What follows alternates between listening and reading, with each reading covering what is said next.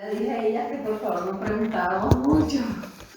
¿Usted por casualidad alguna vez enseñó en Costa Rica? No, nunca estuve en Costa Rica. ¿Por qué? Sí, hay un camino muy parecido a usted. ¿Ah, sí? En algunos años atrás. Mira, yo creo que un hombre con barba son todos iguales. Con barba pones a otro con barba al lado, son todos iguales. Todo, ala. Vamos a ver entonces la parashá es Vaigash. Abran ustedes en el capítulo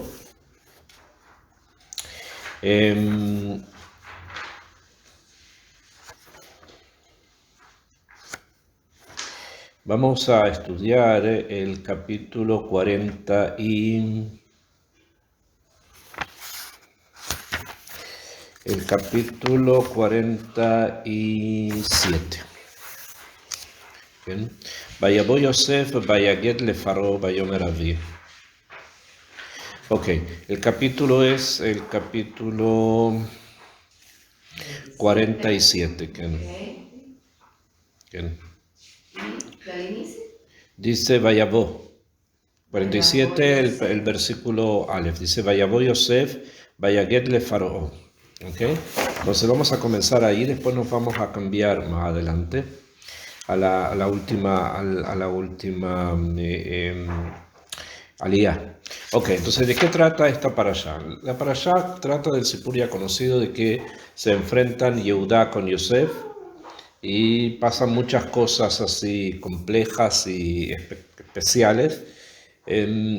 Y finalmente Yosef es reconocido por sus hermanos, o él se identifica, se da a conocer, y los hermanos se juntan con él, lo abrazan, y pregunta por su padre y pide que lo vayan a buscar y que lo traigan a Egipto porque los años de hambre supuestamente van a continuar. Son 7 años de hambruna que iba a haber, y esto iba a continuar. Solo que cuando llega Jacob a Egipto la hambruna cesa. Usted dijo que nunca se dio los Que 7 años. no fueron 7 años de hambre, fueron 2 años nada más de hambruna. Jacob Y ya se detuvo y además el faraón le pidió a Jacob que le diera una bendición, que lo bendijera al faraón. Entonces Jacob le dio la bendición que cada vez que él se acercara al río Nilo, el río Nilo iba a subir hasta él. Iba a presentarse delante del faraón. ¿Bien? Esa fue una bendición que Jacob le dio al faraón. Bueno, después de esto ya se asientan en Egipto, en un lugar que se llama Goshen, una tierra de Goshen, ahí es donde ellos van a vivir, y ahí van a estar todos los hijos de Jacob viviendo allí, mientras que Yosef estaba en el palacio del faraón, y él era su virrey. Entonces, acá hay varias preguntas. Pregunta número 1, ¿para qué? Bueno, no sabía, supuestamente no sabía, Yosef no sabía que llegando Jacob a Egipto se termina el hambre. Okay, empieza nuevamente un periodo regular. Entonces, si es que empieza un periodo regular, ¿por qué se quedaron en Egipto? O sea, ¿por qué Jacob, si ya todo se arregló, ya no hay pandemia como si fuese en el mundo, ya no hay plaga, está todo bien? Entonces, ¿por qué no volvió otra vez a su casa? Jacob, entonces, al parecer, hay acá una tradición más antigua que ellos tienen, que iban a tener que estar exiliados o iban a tener que ser extranjeros en una tierra extraña a ellos por una cantidad de tiempo que son 400 años. ¿Okay? Y eso es un pensamiento que ellos tienen y que saben que tienen que cumplir. Y es por eso que ellos van a permanecer en Egipto. Jacob sabe que tiene que permanecer en Egipto. Ahora, de los 400 años de exilio solamente quedan 210, que es la cantidad de años que ellos van a estar finalmente en Egipto. Solamente 210 años. ¿Okay? Eso estamos hablando a nivel de Pshat. Hay más cosas a nivel de Cábala, etc. Pero a nivel de la explicación simple, ¿por qué se quedaron? Si ya el hambre terminó, supuestamente los trajo a Egipto, como Yosef dice, el Emijía, para que ustedes vivan. O sea, como van a estar con hambre en la tierra de Canaán, entonces vengan a Egipto que aquí hay comida. Pero si ya se acabó ese peligro, entonces los hermanos podrían haberle dicho a Yosef, Shalom, está muy bien, te agradecemos que te hayas preocupado por nosotros, pero ya la situación difícil terminó, nos volvemos a nuestra casa. ¿Por qué no se fueron? ¿Bien? Entonces, si no se fueron, entonces quiere decir que estaban ahí por una intención mucho más mucho mayor que el hambre. O sea que la intención, la kavaná, el objetivo de estar en Egipto iba más allá que la situación particular de que estaban ahora en un tiempo de hambruna. Porque si se terminó la hambruna, tendrían que haber vuelto otra vez a Canaán, pero no volvieron. Entonces quiere decir que ellos bajaron a Egipto con una excusa, entre comillas, que fue la hambruna, se quedaron en Egipto porque algo tenían que hacer allí y después van a salir, ¿okay? Pero no inmediatamente. Entonces eso quiere decir que la hambruna no era el punto más importante, sino que fue como la excusa para poder llegar primero a encontrar a Yosef y segundo a quedarse allí con él. ¿Okay? Entonces ahora la pregunta es, yo ya lo dije, o sea, ¿por qué ellos tienen que quedarse en Egipto una cantidad de tiempo? Entonces, para eso tenemos que retomar lo que le dijo Abraham, lo que le dijo Hashem a Abraham en el pacto que se llama Brit Ben Abetarim. Muchos años antes, cuando Abraham Avinu llegó a Eretz Israel, al principio de este libro, Akadosh Baruj Hu le dice a Abraham Avinu que Ger yeh zarajá be'eretz lo lahem, extranjero va a ser tu pueblo, tu descendencia, en una tierra extraña. Y allí los van a esclavizar y los van a torturar por 400 años. Y después yo voy a juzgar al pueblo que los castigue y van a salir de allí berrejush gadol, o sea, con mucho dinero. ¿Okay? Entonces, eso es algo que Hashem le dijo a Abraham, que van a ser extranjeros durante 400 años, que los van a torturar, los van a esclavizar y torturar, que Hashem va a castigar al pueblo que haga eso y que de ahí van a salir con dinero. ¿Okay? Eso es una profecía. ¿Quién la dijo? Hashem, ¿a quién? A Abraham. Entonces eso tiene que cumplirse. ¿Me siguen? ¿Cómo se cumple? Entonces los Abot, ya Abraham decidió que se va a cumplir la profecía en 2 etapas, en 2 partes. ¿Okay? Porque podríamos haber dicho, bueno, eso quiere decir que 400 años tienen que estar en algún lugar que no sea la tierra de Canaán y estar allí bajo esclavitud y tortura. 400 años. Pero Abraham, y eso se lo transmitió a Yitzhak, y Yitzhak se lo transmitió a Jacob, Abraham decidió lo siguiente.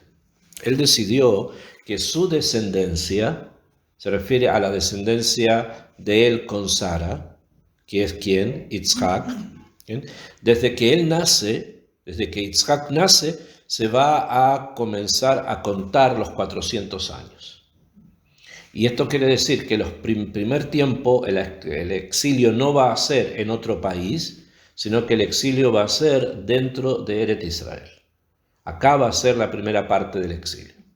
Entonces, si nosotros tenemos que son 400 años de exilio y ellos hicieron en Egipto 120, ¿cuánto queda? 280, ¿no? 280. Eso quiere decir que 280 años ellos fueron extranjeros dentro de la tierra de Canaán y quedaban por completar 120. Esos 120 que quedaban por completar fue lo que Hashem le dice a Jacob al final, cuando Yosef lo llama. Yosef llama a su padre para que vaya a Egipto. Jacob no quiere bajar al principio, no quiere ir, porque no quiere ir a una tierra donde hacen idolatría. Pero Yosef le manda unos códigos ocultos en unos regalos que le mandó, y en eso estaba contenido el hecho de que los 400 años de Abraham Avinu hay que completarlos. Y hay que completarlos ¿dónde? En Egipto. Entonces que baje, porque hay que completar los 120 años más que faltan, para que esa profecía se cumpla, porque si no se hubiese cumplido, queda pendiente los 120 años para algún otro momento en la historia. Y ellos sabían que sin esos 400 años no se iba a poder construir el Bet HaMikdash.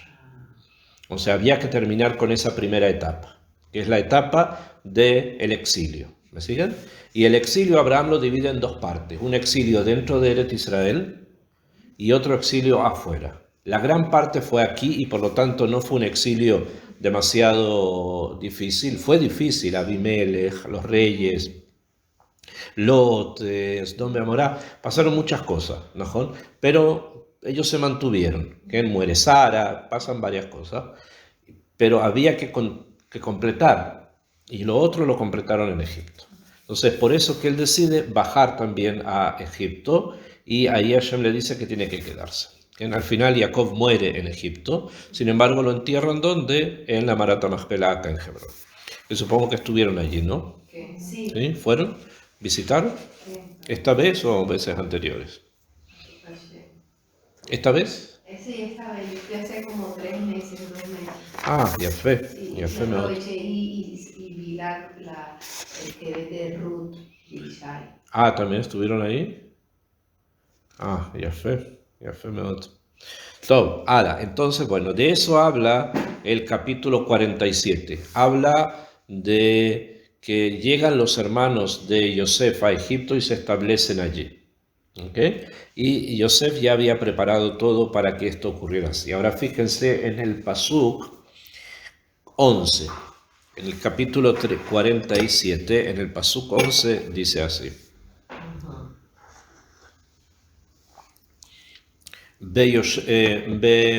Yosef Yosef et Aviv beet Echav. ¿Tienen? Sí. Y asentó, o sea, hizo que se establecieran Yosef a su padre y a sus hermanos, Baiten lahem ajusá be'eretz Mitzrayim. Y le dio una ajusá, o sea, una propiedad en la tierra de Egipto, bemeitav haaretz, en lo mejor de la tierra. Be'eretz Ramsés, en donde en la tierra de Ramsés, Kasher Tzivá Paró, como había ordenado el faraón. ¿Ok? Hasta ahí es lo que dijimos. ¿Los traen para qué? Porque tienen que completar los 400 años. Vaijalkel Yosef et Aviv, y que mantuvo, dio de comer Yosef a su padre, Bet Echav y a sus hermanos, Bet Kol Beit Aviv y a toda la casa de su padre, Lechem, pan, lefiataf. Les dio de comer pan como come la boca del bebé, como come la boca del niño. ¿Saben dónde estoy leyendo, no? Sí. ¿También tienes? ¿Sabes dónde estoy? ¿Qué significa eso que les dio como come la boca del niño? Que en abundancia, como que querían. O sea, no había Fíjense lo que dice Rashi. ¿Qué dice Rashi? Lefiataf. Esa expresión significa según lo necesario para todos los miembros de su casa. Que es Nahón. ¿Por qué? Porque al niño hay que darle lo que necesita, Nahón. Lo que él necesite para comer hay que dárselo. Tú no le puedes dar al niño demasiada comida porque lo vas a enfermar. Entonces simplemente sabes más o menos lo que puede comer. Cuando crece le das más. Entonces, cuando había una cantidad de personas, le dio lo que ellos necesitaban. Si había más personas, le daba más. ¿Ok? Eso se llama lefiataf, según la necesidad de cada uno. ¿Claro? Pashut, ¿no? ¿Qué les dio? No se olviden, acá habla de la palabra lechem. Lechem, ¿okay? Que significa pan. Belechem ein bechol haaretz. Y después dice la Torá, Belechem en bechol haaretz. Y pan no hay en toda la tierra. Ki javet agav meod, porque estaba muy duro el hambre. Pero como se acaba de decir de que le dio a sus hermanos pan en forma abundante, a este lo que necesitaba y el otro también, de pronto en el siguiente pasuk dice que no había pan en la tierra. Fíjense ustedes lo que dice Rashi. En el pasuk Yud Gimel, en el 13. ¿Qué dice? Dice la Torá vuelve ahora al tema inicial, el relato del comienzo de los años de hambruna. Nahom. Esto es lo que se llama en la Torá, que en Mukdan Umeujar Batorá. No hay antes ni después en la Torá. Esto que viene escrito después pasó antes. Esto de que no había pan es antes de que llegaran los hermanos de Yosef a buscar a Yosef. Eso cuando recién comienzan los años de hambre. Se llama no hay antes ni después en la Torá. ¿Me comprendo? O sea, no hay un ceder cronológico. No es que el pasuk Yud Gimel venga antes del pasuk después del pasuk Yud Bet. No, sino que el pasuk Yud Gimel lo tenemos que poner antes de dos perashiot prácticamente. O sea, que hay que quitar esto de acá, entre comillas, y ponerlo en otro lado. Porque nos va a enseñar qué es lo que pasó cuando Yosef se transformó en virrey de Egipto y comenzó a trabajar por el tema del hambre. ¿Ok? Entonces, por eso viene Rashi y dice, Joser le'inyan harishon letejilat shenei Rab, al principio de los años de hambre. ¿Y por qué lo junta? Entonces, ¿pero por qué lo pone acá? O sea, ya entendemos, esto no corresponde acá, sino que corresponde a antes. Pero entonces, ¿para qué lo escribió aquí? ¿Me entienden? ¿Por qué lo pone acá la Torah? Para juntar lechem, pan, para que entendamos que los hermanos de Yosef se alimentaron con pan, porque eso es lo que faltaba en la tierra de Egipto cuando hubo hambre. ¿Me siguen? O sea, ¿qué faltaba en la tierra, en el mundo cuando empezó el hambre? En la tierra de Egipto, ¿qué faltaba? Pan. Cuando vienen los hermanos de Yosef y se establecen, ¿qué es lo que Yosef les da? Pan. O sea, otra vez, hasta que ellos llegaron no había pan. Cuando ellos llegan, que llega Jacob, entonces ahora hay pan. ¿Bien? Entonces a nivel pashut quiere decir que los años de hambruna terminan. Porque ahora les da pan, les fía taf, como come el niño. Y pan es bendición, doble bendición. ¿Qué es bendición? Eso quiere decir que los años de maldición se acabaron. Las vacas gordas, flacas, se acabaron después de 2 años. ¿Bien? Y entonces ahora empieza un periodo nuevo. Esa es la explicación del Pshat. Por eso lo quiero ubicar acá. Que con los hijos de Jacob comienza otra vez a haber pan. ¿Cómo sabemos que antes no había pan? Porque el Pasuk Yud Gimel me dice que antes que ellos llegaron no había pan.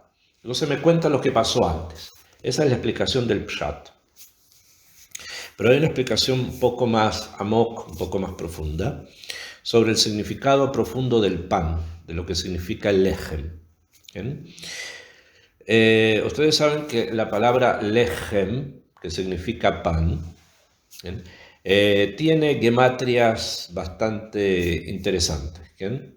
Primero, ¿cuánto vale en gematria la palabra lechem? Si tienen ustedes un papel o un lápiz y un papel, lo pueden escribir en sus cuadernos, porque es muy importante. Primero, escriban la letra Lamed. ¿Saben escribir la letra Lamed, no? La letra Lamed vale 30. ¿Bien? La letra Het vale 8. Y la letra Mem vale 40.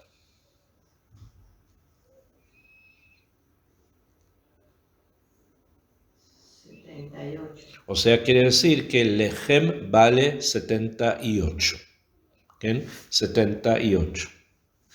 Ahora, 78 es 26 más 26 más 26. ¿Cuánto da eso? O sea, 78. Eso quiere decir entonces que la palabra pan en gematria suma 3 veces el nombre de Dios. Suma 3 veces el nombre de Dios. Y entonces eso también quiere decir varias cosas. Número 1, que en Shabbat hay que comer pan 3 veces en el día. Seudah Rishonah, Sheniah y Shlishit. ¿Por qué? Porque la palabra Lechem es 3 veces el nombre de Dios. Entonces, si ustedes quieren estar conectadas con el nombre de Dios en Shabbat, tienen que comer 3 veces pan. Y comer 3 veces pan es comer la cantidad suficiente para poder hacer después Birkat Hamazon, obvio. ¿Okay? Entonces, de ahí entendemos de la palabra Lechem, que Lechem me comunica, es algo que me enlaza con Hashem Yitbaraj, y por lo tanto, por ejemplo, en Shabbat se comen 3 seudot. Seudá, o sea, cada una con pan, o 3 veces pan. Y hay muchas segulot, hay muchas personas que acostumbran, por ejemplo, cuando van a comer el pan, entonces lo suelen untar en sal 3 veces antes de dárselo a la otra persona. ¿Okay? ¿Por qué? Porque son 3 veces el nombre de Hashem.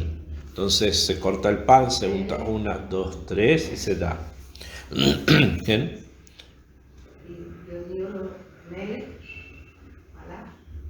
Imloch, que es Najón, Hashem Melech, Hashem Malach, Hashem Imloch Leolam Vaed, 3 veces el nombre de Dios. ¿Por qué? Porque Lechem vale 78, que 3 veces el nombre de Dios. ¿Ok? Entonces, eso quiere decir que en los años de hambre en Egipto no había Lechem. Esto es mucho más profundo. Entonces, quiere decir que la presencia de Hashem no estaba en Egipto. ¿Me comprenden? No había Hashem en Egipto. Solo cuando llegan los hermanos de Yosef se termina la hambruna. ¿Por qué? Porque aparece otra vez el Lechem. Quiere decir que aparece otra vez la presencia de Hashem. Yosef era uno solo, no era suficiente.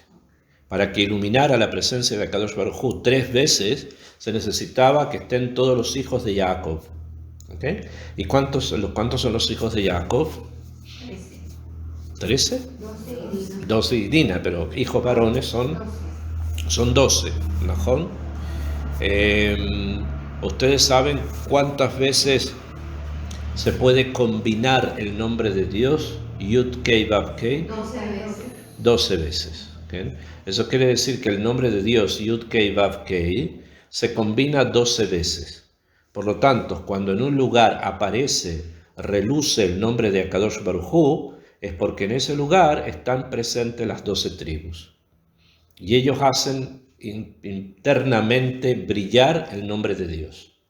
Y por eso en ese lugar aparece Lechem, hay Lechem, o sea, hay abundancia. Si ustedes pueden ver la historia del mundo en cualquier lugar donde haya habido la presencia de las tribus, hayan estado allí, ya sea que se sabe o no se sabe, ese lugar tiene abundancia. En ese lugar hay Lechem, hay pan. ¿Por qué? Porque está la presencia de las tribus allí y ellas son las que consiguen o dan esa posibilidad de que ese lugar tenga abundancia, florezca y sea abundante. ¿Así que? Así funciona. Por lo tanto, cuando no estaban las tribus en Egipto, no había pan. O sea, no brillaba el nombre de Hashem. Eso por un lado, y no había abundancia. Cuando ellos llegan, hay abundancia, ahora hay pan, y por lo tanto el nombre de Hashem brilla. Y cesó la hambruna. ¿Okay? Porque ahora están las tribus en Egipto. Akshab. Esto es aún más amok. ¿Por qué?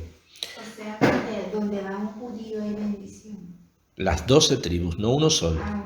Uno solo no sirve, tienen que ser las 12 tribus. O sea, no toda la tribu, pero pueden estar personas de las 12 tribus, entonces ahí hay abundancia. Si no están de las 12 tribus, no está ese nivel de abundancia del que nosotros estamos hablando acá. Eso a nivel económico, a nivel pshat. Pero esto sigue más todavía, porque no es solamente a nivel de comida, de abundancia, sino también a nivel espiritual. Cuando hay un lugar en el mundo donde se encuentran personas de las 12 tribus, el nombre de Hashem comienza a brillar. Eso quiere decir que las personas en ese lugar comienzan a acercarse a Hashem Itbaraj. Comienzan a estar más cerca de Akadosh Baruj Hu. ¿Por qué? Porque está brillando el nombre de Hashem 3 veces. Que en Hashem Melech, Hashem Malach, Hashem Imloch Leolam Vaed. ¿Por qué? Porque en ese lugar están las 12 tribus. O personas de las 12 tribus. Aunque no sepamos quiénes son. ¿Me entienden? A pesar que hay, por ejemplo, una gran comunidad judía en cualquier lugar del mundo, pero la gente no sabe de qué tribu es no sabe, no me llané, no importa. Pero cuando están personas de las tribus, se produce primero una abundancia material y ese lugar comienza a progresar y además se produce un despertar espiritual. La gente comienza a abrirse espiritualmente a algo distinto. Sienten que necesitan algo diferente. Empiezan a buscar y no se quedan con lo que siempre tuvieron. Piensan que hay algo más. Se despiertan a algo mucho más profundo. ¿Por qué? Porque las tribus están. Esas 12 tribus que están ahí están presentes. Y cuando están presentes, el alma comienza a brillar. ¿Por qué? Porque el nombre de Kadosh Baruj Hu está allí. ¿Me siguen? Action. Ahora, eso pasó cuando los hijos de Jacob llegaron a Egipto y se asentaron allá. Muy bien. Pero ¿qué pasó antes? Cuando solamente estaba Yosef. Eso es lo que va a contar la Torá ahora en el Pasuk Yud Gimel. En adelante nos va a contar qué pasa cuando el nombre de Akadosh Baruj Hu no brilla. ¿Ok?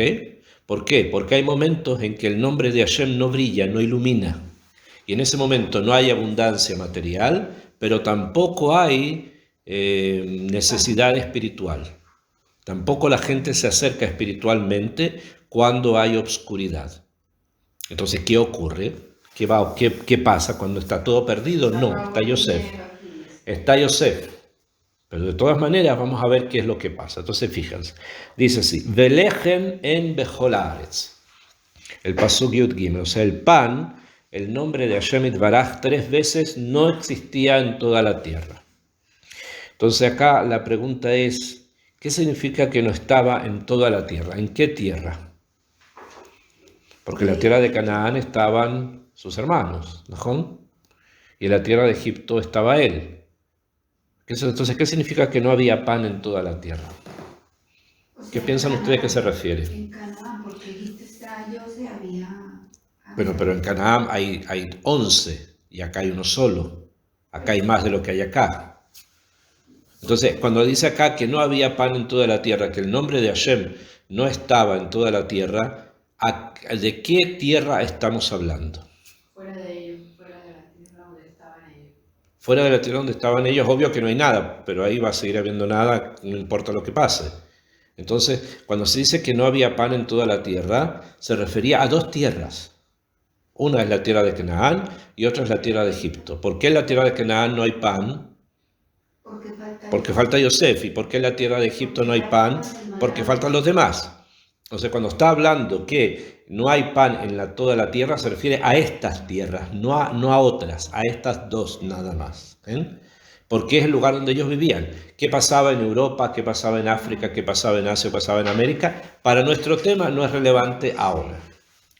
Sin embargo, entonces, no había pan en toda la tierra, no en la tierra de Canaán y tampoco en la tierra de Egipto. Por eso es que Jacob mandó a sus hijos a buscar trigo, porque ellos no tenían trigo. Entonces dijeron, en Egipto hay, porque allá lo juntaron. Entonces vayan y compren. Entonces eso quiere decir que ellos no tenían. Ahora, en Egipto tampoco había, lo tenía Yosef, todo lo había acaparado durante la época de abundancia, pero los demás no tenían. ¿Por qué? Porque faltaban sus hermanos. Y todo eso se va a voltear cuando los hermanos lleguen, pero todavía no. Entonces ahora estamos viendo qué es lo que pasó en ese periodo. Entonces dice, Belejen en Bechol Haaretz. ¿Por qué? Ki Chabed Haraab Meod. Porque era muy pesado el hambre, que era muy kaved, ¿qué cosa? El hambre. Esa es la forma de hablar, es la forma de decir cuando hay mucho hambre, de decir que es muy pesado. ¿Qué piensan? ¿Así se habla? ¿El hambre es muy pesado? ¿Cómo la pregunta? ¿Cómo se dice cuando hay mucho hambre? ¿Hambruna? Pero se dice que hay una hambre pesada. Escasez, sí, pero se dice una escasez pesada. Estoy preguntando por la palabra kaved. Cuando uno tiene hambre, ¿qué puede decir? Uy, esta hambre Uno dice, esta hambre es muy pesada. Generalmente así no se habla, ¿no? No se dice que el hambre es kaved. Acá dice que el hambre era kaved, que era pesada.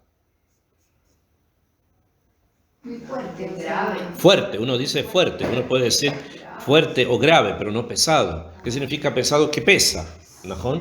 Y normalmente, cuando una persona no tiene hambre, tendría que pesar menos, ¿no? Porque no come y por lo tanto tiene que ser más liviano, ¿no? Sin embargo, esto es una sensación. Ustedes saben que las personas que tienen hambre son muy débiles. Y cuando una persona está débil, le es muy difícil moverse. A pesar de que sea mucho más liviano que antes, pero no tiene fuerzas. No tiene aliento. No, porque como no ha comido y está desnutrido, qué sé yo, le cuesta mucho moverse.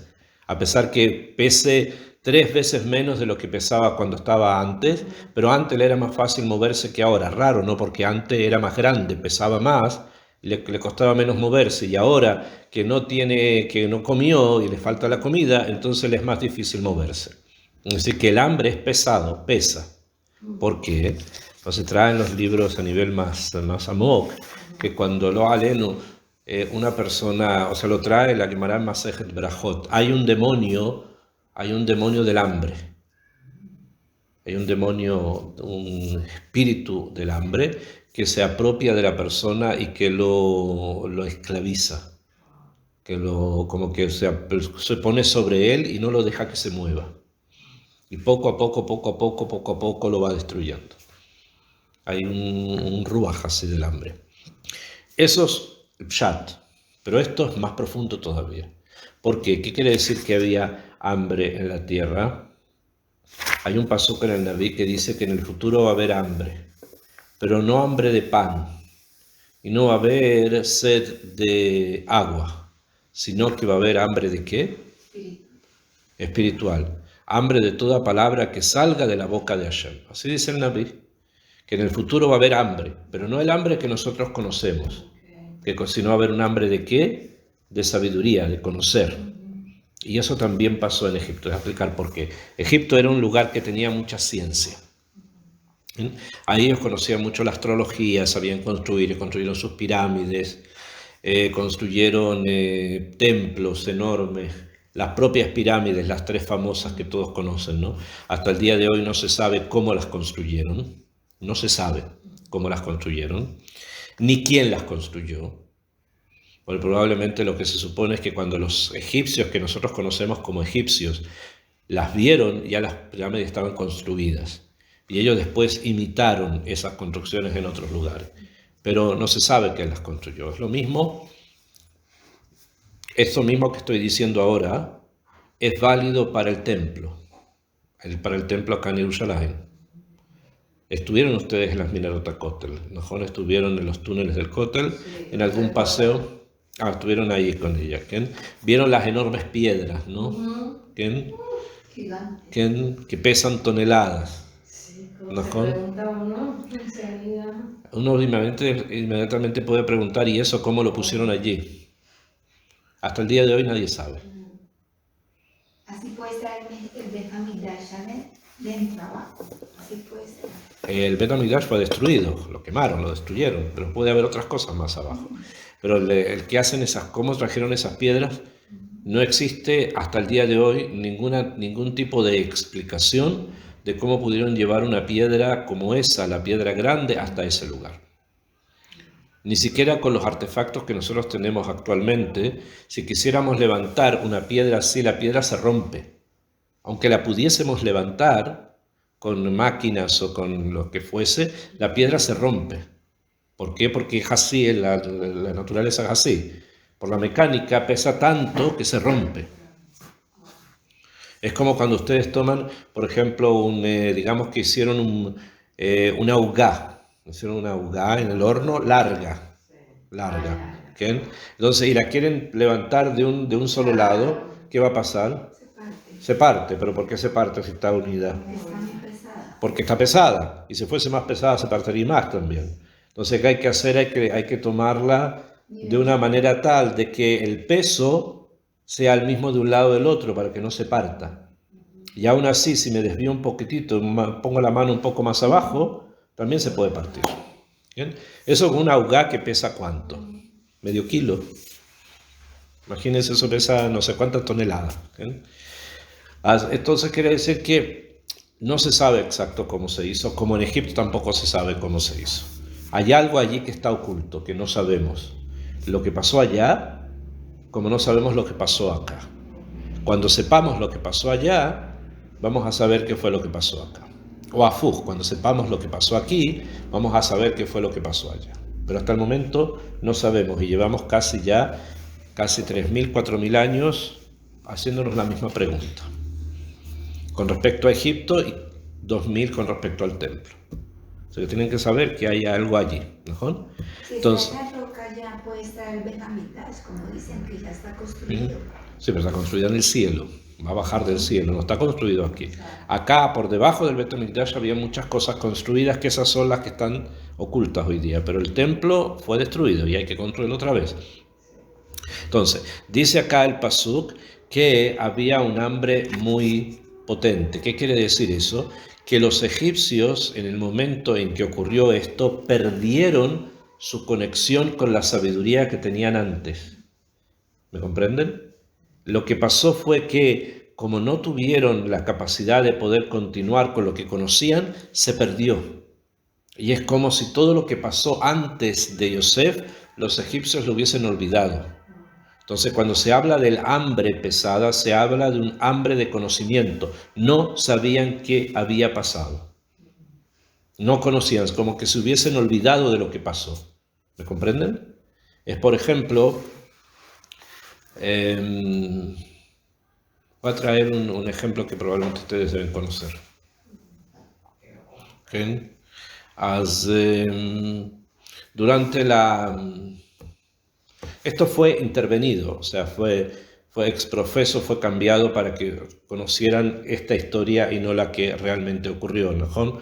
Pero en el asalto a Cartagena, cuando los españoles sitiaron el fuerte y los patriotas ingresaron adentro del fuerte y murieron allí, y también ahí hubo situaciones que las mujeres murieron dándole de mamar a sus hijos, que las tenían en los pechos y murieron así, pero no quisieron entregar el fuerte, ¿okay? Durante la independencia. Esa es la historia que ustedes conocen. Esa es la historia que ustedes recibieron y que seguramente les contaron. El asalto a Cartagena es una cosa muy conocida, ¿no? Y hoy día también se hacen muchas visitas y se va y se hacen y paseos y lo ve, y lo muestran, etc. Nunca estuve en Colombia, pero por lo que he visto del fuerte debe ser una cosa impresionante. No sé si ustedes lo conocen o no, si estuvieron allí o no. Pero esa no es la historia. Eso no es exactamente lo que ocurrió. Allí pasó algo que fue mucho más complicado y más complejo. Muchísimo más complicado. Y lo que algunos dicen es que exprofeso trataron de borrar lo que realmente ocurrió y no quisieron decir lo que realmente había ocurrido. Pero el fuerte estaba plagado de brujos y brujas.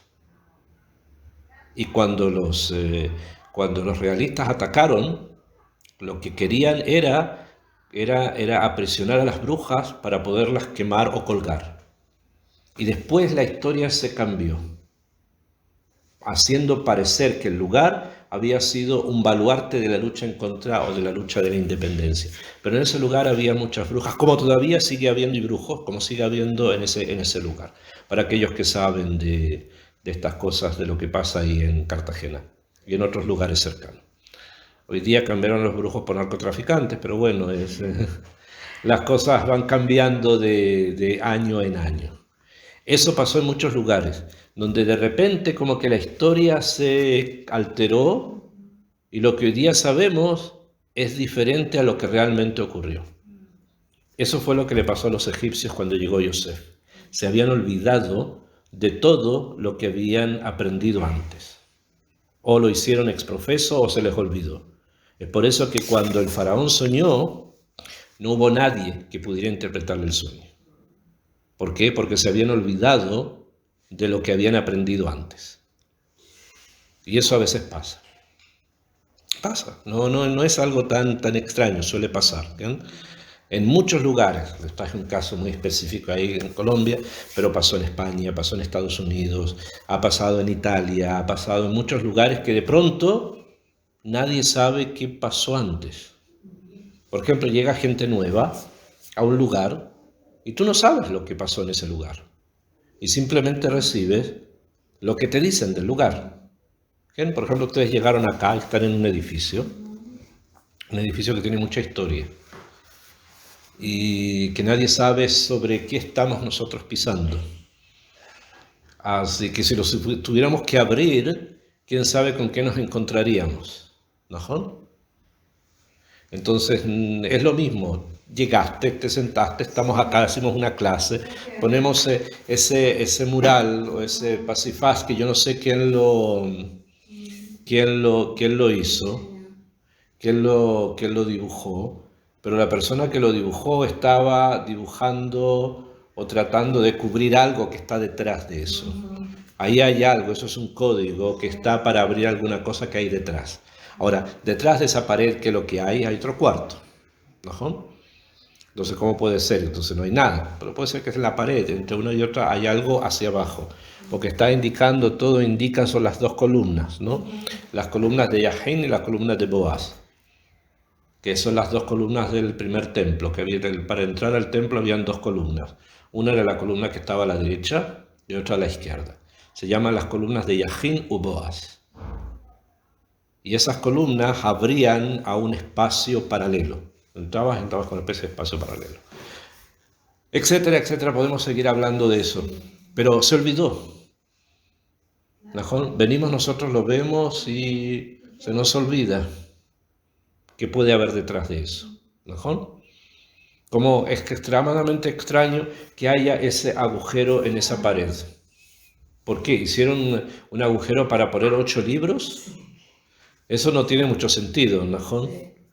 Para poner 8 libros yo no hago. Si quiero tener una biblioteca hago algo mucho más, especialmente que es un pueblo que tiene muchos libros, no 8, 9 libros. Y podíamos seguir hablando de muchas cosas más. Eso pasa. Entonces, eso fue lo que les pasó a los egipcios. Tenían un hambre poderosa, pesada, porque se les había olvidado todo lo que habían aprendido. Se les olvidó. Entonces, cuando viene Yosef, el faraón empieza nuevamente a decir, esta persona es muy inteligente, lo vamos a poner de virrey, como lo que hablamos la clase pasada. ¿No? Bueno, sigo. Betalá, sigo en el mismo pasuk. Betelá, Eretz Mitzrayim, Ve'eretz Kenaan, Mipnei Arav. Y se cansó la tierra de Egipto y la tierra de ¿qué? De Canaán. ¿A causa de qué? Del hambre. Como les había dicho, ¿cuáles son las tierras? Estas dos tierras. ¿Qué les pasó? Se cansaron. Vatele. No sé si está traducido con ustedes como cansancio, agotamiento, fatiga. No sé cómo lo tradujeron.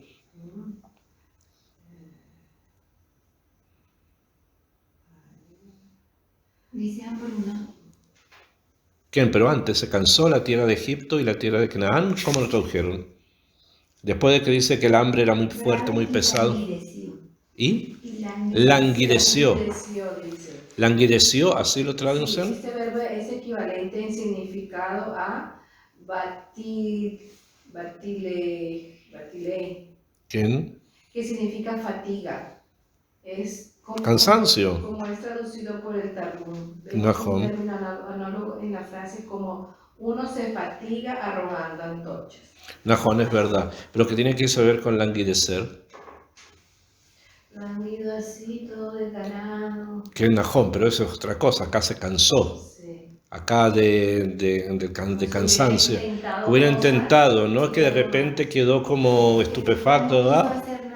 Como que no, acá usted se cansó después de haber querido hacer algo, se cansó. ¿Por qué? Porque sí quisieron hacer cosas. Hay mucho más de qué hablar, pero sí quisieron hacer algo, pero no pudieron. ¿Por qué? Porque en la tierra de acá no estaban todas las tribus en un lado y no las tribus en otro. ¿Ok? Pasuk Yudalet. Vailaket Yosef et kola kesef. ¿Qué hace Yosef? Junta todo el dinero. Animtza be'eretz Mitzrayim, que se encuentra en la tierra de Egipto, o be'eretz Canaán y en la tierra de Canaán. Bashechber, asher hem shovrim beyave Yosef et akesef beit Paró.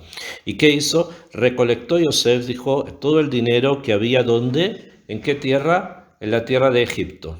¿Y dónde más? ¿En dónde más había dinero? En la tierra de Canaán. ¿El dinero de quién? De Jacob. No, todavía no. Además, el dinero de Jacob se los devolvió, ¿no? Trajo el dinero a casa de Faraón. En Nahom, pero el dinero ese de la tierra de Canaán, ¿de quién era? De las personas. ¿De qué personas? Los habitantes. O sea, no de su familia. Porque venían a comprar trigo. Exactamente. O sea, pero no la familia de él, porque el dinero de la familia de él se los devolvió. ¿No recuerdan? Todos se los devolvió, se los puso de vuelta. Y ellos volvían a traérselo y ellos volvían a entregárselos, ¿ok? Entonces no es el dinero de la familia de Jacob, sino el dinero de ¿quién? De la gente de Egipto. De la otra, no, la gente de Egipto estaba en Egipto. Estamos hablando de la gente de Canaán. La gente de Canaán solamente. ¿Y quiénes estaban en Canaán en ese momento? Pues Jacob y la tribu. No, ese dinero se los devolvió. De ellos no estamos hablando. ¿Quién más estaba entonces en la tierra de Canaán? Porque está diciendo acá que es el dinero de la tierra de Canaán. Eso quiere decir que es el dinero de alguien de Canaán que no es Jacob. Mihem. Entonces tenemos que saber, lo vamos a encontrar después. En la tierra de Canaán existían en este momento 10 pueblos. ¿Me siguen? Habían 10 pueblos en la tierra de Canaán. De estos 10 pueblos, 7 vivían adentro y 3 afuera. ¿Ok? 7 pueblos adentro de la tierra de Canaán y 3 pueblos afuera. ¿Ok? Estos 10 pueblos en total conforman lo que se llama la Sitra Ájara, el otro lado, el lado de la Tumá, de la Clipá, de la impureza. Es como el grupo humano donde se representa todo lo malo. Y esos eran 10 pueblos, como lo decimos, el Girgashi, el Hiti, etcétera, etcétera, etcétera. Eso es lo que vivían acá en Eretz Israel en ese momento. Esos pueblos hay que eliminarlos. Yoshua tenía la misión de eliminar 7. Y el Melech HaMashiach tiene la misión de eliminar los otros 3. Pero eso es para el futuro, no para ahora, sino para el futuro. Es una profecía del futuro. Que es una profecía para el futuro de los 3 que quedaron. Los que están afuera ya están puestos, que es Moab, Amón y Edom. Son los 3 que quedaron para. Los demás vivían adentro. Entonces, ¿qué pasó? Esos pueblos iban a Egipto a comprar trigo, porque ellos también tenían que comer. Entonces, y ese dinero es el dinero que recibió Yosef de Canaán. Y el dinero de Egipto es el dinero de Egipto. ¿Ok? ¿Qué hace con eso? Lo recolecta todo y lo pone ¿dónde? Dice, lo pone en la casa del faraón. ¿Qué significa la casa del faraón? En sus depósitos, ¿no? Depósito del faraón. Un pasuk más. Vaitom hakesef. Pero de pronto dice, se acabó el dinero. Meretz Mitzrayim, de la tierra de Egipto, Meretz Canaán. Se acabó el dinero de las 2 tierras. Beyavou Hol Mitzrayim el Yosef. Y vinieron todos los egipcios donde Yosef y le dijeron, Haba lanu lechem, danos pan, belama namut nekdeja. ¿Por qué vamos a morir en contra tuya? Kiafes kasef. Se terminó el dinero, ya no hay dinero. Y ahora va a seguir con la segunda etapa, que es que le den las tierras. Le den los animales primero. Después de los animales va a ir a las tierras. Después de las tierras a las propias personas. Fíjense ustedes que cuando habla acá que se acabó el dinero de las 2 tierras, de la tierra de Canaán y la tierra de Egipto, Yosef solamente adquiere los animales de la tierra de los egipcios. Solamente adquiere los animales de los egipcios. Después cuando compra las tierras, compra solamente las tierras de los egipcios, a cambio de cosecha. Y después cuando los egipcios se venden, son solo los egipcios los que se venden, no la gente de Canaán. ¿Por qué? El dinero de la gente de Canaán lo agarró, lo tomó. ¿Por qué? Porque es una forma de ligolot, una forma de salvar lo que ellos tenían. O sea, de sacárselos a ellos. Segundo, el tema de los animales, cuando no hubo dinero, dieron animales. Él no quiso tomar los animales de la gente de Canaán, porque sabían que esos animales van a quedar para cuando Am Israel ingrese allí, entonces van a tener animales en la tierra de Canaán. Entonces por eso no quiso tomarlo. Tampoco quiso tomar las tierras de Canaán, porque esas tierras les dependían ¿a quién? ¿De quién eran? De sus hermanos, de las tribus. Entonces no las podía comprar para el faraón. Y tercero, no quiso esclavizar a la gente de Canaán porque sabía que eso eran las tribus, cuando salieran de Egipto tenían que encargarse de ellos. Es por eso que lo único que tomó de los cananitas fue el dinero, nada más. ¿Ok? Entonces vamos a resumir. Tenemos Canaán y Mitzrayim. Cuando comienza el hambre, que podemos explicarlo, ya les dije, en dos direcciones, que Bemet, hambre o hambre de que no se habían desconectado del pasado, ya no sabían quiénes eran. Entonces, ¿qué ocurre? Yosef, ¿qué hace? Él les da pan, es lo que eso significa, o sea, que les dio comida o que les dio sabiduría y les enseñó y les dijo, ustedes eran así, ustedes eran así. Esto lo hizo con las 2 tierras, la tierra de Canaán y la tierra de Egipto. ¿No? Se acabó el dinero. El dinero lo agarró de una tierra y de otra. ¿Okay? Cuando se acabó, ¿qué tomó? Tomó los animales de los egipcios, no los animales de los canaanitas. tomó las tierras de los egipcios, no las tierras de los canaanitas. Tomó a los egipcios como esclavos, pero no tomó a los canaanitas como esclavos. ¿Me comprenden cómo va? Entonces, ¿por qué? Porque él tenía una estrategia detrás. Él sabía que había cosas que él podía hacer, pero había cosas que tenían que quedar para quienes, para sus hermanos, para el futuro. Y es por eso que no se metió con los animales de los canaanitas, no con las tierras de los canaanitas y no con los canaanitas mismos. Ustedes me pueden preguntar, sí, pero los canaanitas no tenían comida, entonces ¿qué pasó con ellos? ¿Cómo sobrevivieron estos 2 años? ¿Me siguen en la pregunta? ¿Cómo sobreviven entonces los canaanitas? Si no, se acabó el dinero. Bueno, se acabó el dinero, entonces ¿cómo van a ir a comprar? ¿Cómo no van a venir de acá? Si no va a recibir, si Yosef no les va a recibir el ganado, entonces... ¿oh? Entonces traen los comentarios que los canaanitas estaban confiados en que podían hacer algún negocio con Jacob. Que si Jacob le compraba a los egipcios, puede ser que, o a Yosef, el virrey, puede ser que ellos iban a tener también comida. ¿Me comprenden? Entonces ahí hay toda una parashá que no la vamos a tener tiempo ahora de abrir, pero hay algo así. De todas maneras, como fueron solamente 2 años, no se olviden que el dinero se acabó el primer año, ¿no? Entonces nos queda un segundo año. Y en el segundo año se acabaron los animales, las tierras y las personas. ¿Cómo puede ser tan rápido en un solo año? Porque al quitarles el ganado todos murieron ya, las personas. ¿Qué? Mejor, pero tiene que haber pasado, tiene que haber sido muy profundo el hambre. Porque Beseder, yo para un año compré, pero una vez que se me acabó la comida... ¿Cómo? Se acumuló comida para 7 años. Para 7 años, pero de hambre solamente tuvieron 2. Ajá, exacto. Entonces el primer año lo compraron con dinero, porque tenían dinero todavía. Se acabó el dinero. ¿Qué les dijo Yosef? Animales. Se acabaron los animales. ¿Qué les dijo Yosef? Tierras. Y después, ¿qué les dijo Yosef? Personas. Pero, ¿qué significa eso? ¿Cómo era? ¿Cómo iban? ¿Todos los meses iban a hablar con Yosef para que les vendiera para comida?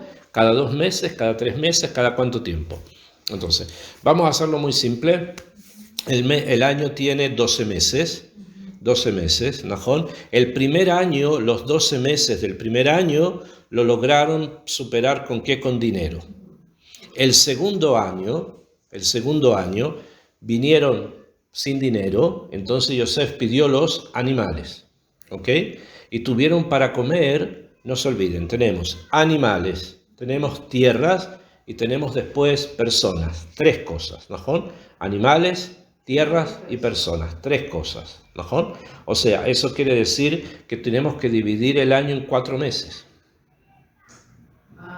Los primeros 4 meses comieron, ¿por qué? Por los animales que ellos le dieron a Yosef. Los siguientes 4 meses comieron por las tierras que le entregaron a Yosef. Y los últimos 4 meses comieron porque ellos mismos se vendieron. ¿Ok? Y ahí llegan los Jacob con sus hijos y se acabó el hambre. Y ahí empieza todo que irlo a florecer. No era momento que llegaran las otras 11 tribus. ¿Sí? Para que ellos ahí terminaran esa generación. Esa generación llegó hasta ahí. Después probablemente vamos a conocer a unos nuevos egipcios más adelante. Hay un punto que acaba y una cosa que continúa. ¿Bien? Entonces, vamos entonces a quedar por hoy hasta acá. En la próxima clase vemos las últimas parashiot de la parashá, que es la última Vayechi, que habla de la bendición de las tribus.